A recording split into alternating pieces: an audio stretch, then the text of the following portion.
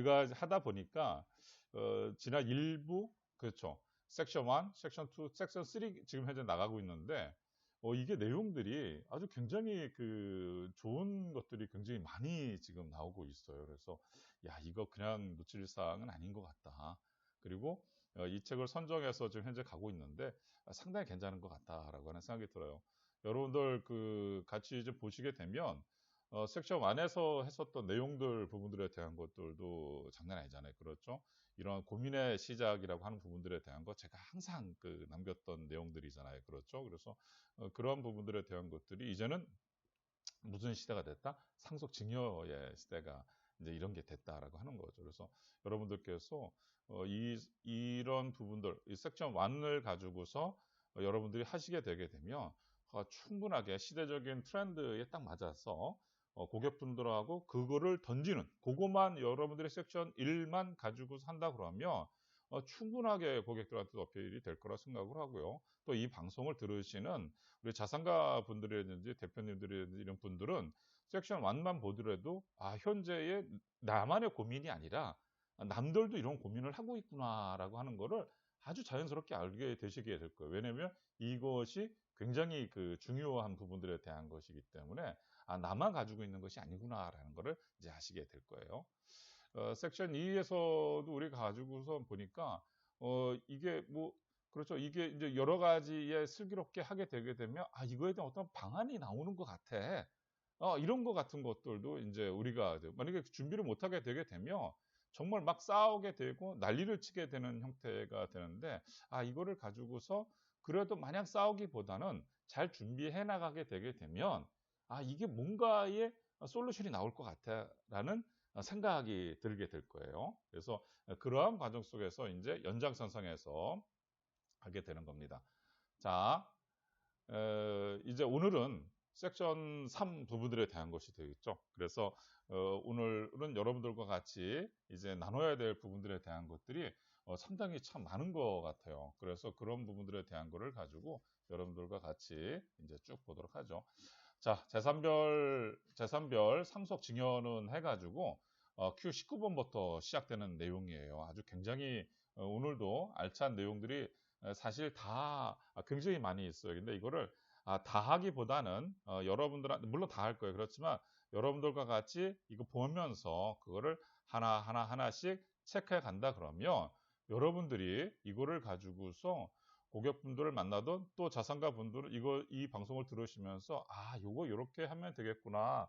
요런 부분들에 대한 거는 상당히 괜찮구나라고 하는 부분들에 대한 거를 아시게 될 거예요. 그래서 여러분들한테도 오늘도 굉장히 알찬 부분들에 대한 것이 될 수가 있다고 생각을 해요. 그래서 그런 부분들에 대한 거는 오늘 여러분들과 같이 쭉 한번 훑어보도록 하죠. 자, Q19번부터 시작하도록 하겠습니다. 현금 부족한 상속인 현물로 납부하려면 하고 나오는 거예요. 그렇죠. 이 부분들에 대한 현금 부족한 상속인 당연히 현물로 다 납부할 수 있는 방안이 있냐라고 하는 걸 보도록 하죠. 자, 케이스 부분들에 대한 것이죠. 돈이 많지 않은 자녀에게 부동산이나 주식을 증여하거나 상속할 경우 증여세나 상속세를 현금으로 납부하는 대신에 현물로 납부하는 물납제도가 있다고 들었는데 어떤 요건 아래서 물납이 인정되는지 궁금합니다. 만약 물납이 허용이 되지 않을 경우 자녀들은 상속 또는 증여받은 부동산이나 주식을 팔아 세금을 납부할 수밖에 없는데 그 경우 주의할 사항은 무엇인지요? 페이지 68페이지예요. 68페이지를 지금 현재 하고 있는데 여러분도 보시게 되게 되면 충분히 이거 케이스를 읽으면서 여러분들 또 들으시면서 금방 이해가 가시는 거잖아요. 그렇죠? 자, 이거 봐봐요. 68페이지 첫 번째 블락 보게 되면 과거의 상속증여세법에서는 상속과 증여세 모두 물납으로 인정됐어요. 그런데 2015년도에 개정세법이 되면서 어떻게 되면 법 개정으로 해서 증여세는 물납 대상이 안 되게끔 되어 있잖아요. 그렇죠? 증여세 물납 대상이 될 수 없게끔 박혔어. 이 부분들에 대한 거예요. 그래서 그러면 상속은 그럼 물납이 가능한 거고 증여는 물납이 안 된다라고 하는 거죠. 그 어느 분이 그런 거를 물어봤어요. 왜냐면 왜 증여는 물납이 안 되냐라고 하는 부분들에 대한 건데 그냥 짧게 얘기하게 되면 그런 거예요. 뭐냐 그러면 만약에 비상장 주식을 가지고 한다고 해봅시다. 만약에 비상장 주식에 대한 거를 물납으로다가 만약에 처리를 한다고 한다 그러면 그러면 어떻게 되겠어요? 이게 결과적인 거는 그 사갈 사람이 만약에 없다고 한다 그러면 계속 유찰 될 거 아니겠어요. 그렇죠? 어차피 물납으로다가 자기네 회사 주식을 내놨는데 근데 유찰 시키다가 어떻게 되겠어요? 나중에 한 10분지 1 정도 됐을 적에 누구 친인척이라든지 뭐 그때 자녀들이 누군가가 쓱 사간다고 쳐봐. 그러면은 결과적인 거 그 부분들 확 줄어들게 되는 형태가 되는 거잖아요. 그래서 이런 부분들에 대한 거를 방지하기 위해서 증여 부분들에 대한 것은 물납은 안 된다라고 하는 거예요. 그래서 이 물납이 안 되는 부분들에 대한 거를 가지고서 굉장히 모르시는 분들이 있는데 요 부분들에 대한 거 여러분들이 알고 가시면 될 것 같아요. 그래서 요거 교재를 처음에 보면서 이게 무슨 말인지 몰라요. 그래서 이제 저희 이 라이브 방송을 저희 방송을 들어야 될 이유가 이제 바로 이런 거죠. 이런 부분들에 대한 걸 제가 소소하게 설명을 드리도록 할게요. 오케이.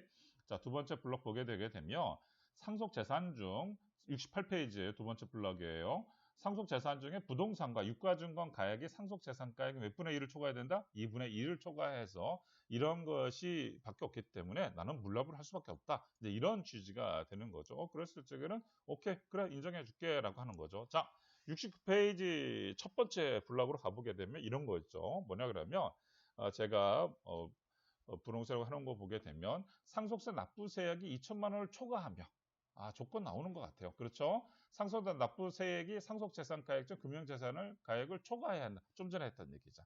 이렇게 되게 되면 그 중간에 있는 거 누가 그 부분들에 대한 걸 물납을 받아줄지 말아야 될지 누가 결정한다? 납세지 관할 세무서장에게 제출해야 된다 이거죠. 오케이? 무슨 말인지 아시겠죠? 그래서 여러분들께서 그렇구나 라고 하는 부분들에 대한 거를 가지고 보시면 되는 거예요. 오케이? 그래서 그런 부분들에 대한 거를 보시면 되고요. 자, 그 밑에 부분으로다가 내려가가지고 자녀에게 증여하거나 자녀가 상속받은 재산으로 물납이 가능하면 자녀는 상속 또는 증여받은 재산 중 일부를 팔아 세금을 마련할 수밖에 없습니다. 이 경우 주의할 점은 재산을 팔 때 양도소득세를 낸다라고 하는 거야. 그러니까 이 부분들에 대한 거는 우리 이 방송을 들으시는 자산가 분들이라든지 이 부분들을 가지고서 어떻게 활용하시는 분들을 영업하시는 분들은 잘 들어보시게 되면 뭐냐 그러면 만약에 상속세 재원 부분들에 대한 것이 마련이 되어 있지 않다 그러면 결과적인 물납 부분들에 대한 건 어떻게 되겠어요? 뭐 팔아야 되는 거잖아요. 그렇죠? 결국은 이렇게 되는 거잖아요. 그래서 이런 부분들에 대한 거를 가지고서 어떻게 되겠어요? 팔아서 말 그대로다가 물납으로다가 관할세무서장한테 신청을 했는데 받아주질 않아. 그럼 어떻게 되는가? 팔아서 현금으로 납부해야 돼. 왜냐면 상속과 증여는 원래는 현금으로 납부하는 걸 원칙으로 다 가고 있다라고 하는 거죠. 그러니까 결과적인 거는 받아주지 않다. 그럼 팔아야 되는 거고 팔다 보면 어떻게 되겠어요? 양도소득세도 내야 되고 어떻게 되는가? 그 부분들에 대한 것들에 대한 여하튼 낮은 가격으로다가 또 뭐 판매를 해서 그 현금 확보해서 세금을 낼 수밖에 없는 거잖아요. 그렇죠? 오케이. 그래서 이런 부분들에 대한 거를 가지고서 이런 부분들에 대한 것 때문에 미리미리 준비하는 게 좋다라고 하는 거죠. 오케이. 자, 그 다음에 현행 오른쪽 부분들에 대한 거 69페이지 다 할 수는 없죠. 69페이지 봐봐요. 한편 현행 소득세법상 상장 주식 양도소득은 대주주일 때만 과세가 되는 거야. 오케이. 현재의 소득세법상 상장 주식 양도는 누구에 해당된다? 대주주. 오케이. 본인 배우자 등 특수관계의 특정 목적에 지닌 지분 이렇게 1%. 오케이. 1% 부분들에 대한 거예요. 1%. 그 다음에 이 부분들에 대한 거 코스닥으로 어떻게 2%. 그 다음에 비상장 법인에 대한 거 몇 %? 4% 부분들에 대한 거죠. 그래서 이런 부분들에 대한 거를 가지고 하고 이런 사람 이렇게 해가지고 했을 때는 이제 그 이상 됐을 때는 과세한다라고 하는 거고 양도소득세를 과세한다는 거고 2023년부터는 지분율이나 보유 규모 관계없이 양도 차익이 얼마? 5천만 원이 넘으면 과세 대상이 된다는 법 개정으로 되어 있다는 거죠. 오케이? 그래서 3억 원 이상 이하 부분들에 대한 거를 가지고 22% 아니냐, 25% 아니냐, 뭐 이렇게 20% 아니냐, 25% 아니냐, 이제 이렇게 나오는 거 아니겠어요? 그래서 여러분들께서 이런 부분들에 대한 거를 가지고선 잘 하시게 되게 되면 될 것 같아요. 오케이. 아이고, 제가 이 페이지 부분들에 대한 거를 계속 해가지고서 물려서 가고 있었네요. 오케이. 이 19 부분들에 대한 거. 그래서 여러분들께서 이 책을 참고로 하시게 되게 되면, 그 부분들에 대한 거를 보실 수가 있을 것 같아요. 자, 오케이.